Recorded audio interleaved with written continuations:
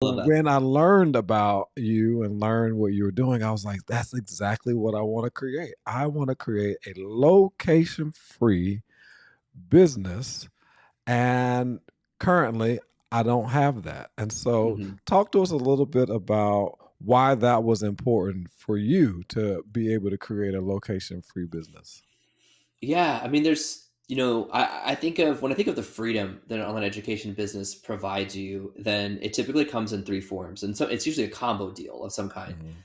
It's the freedom to work when you want, where you want, on whatever you want, and Yeah. that's really the freedom that it makes possible.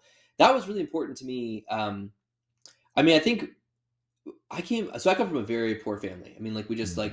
we didn't have a lot of money. Our house was falling apart. We flushed the toilet with a bucket of water. We were always My parents were always stressed about, whatever bill, groceries. I paid for my own wisdom teeth surgery when I was like 16. Like, I come from this background of, like, that's so much of my backstory.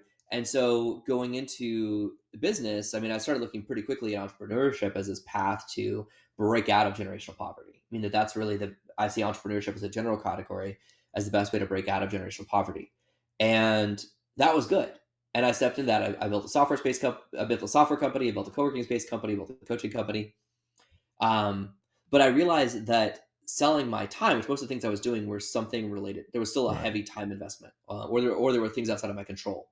Like in Yeah. the software company, I'm not actually a developer, so I was just Mhm. relying on my business partner. Like, there was always things that were outside of my control, and that made me really uncomfortable. I mean, candidly, just because of my background, where I come from, and that's when I really fell in love with this idea of creating products. Like you said, Mm. services is like one category of how to take what you know and make money online, and it's a good, honorable way to earn a living.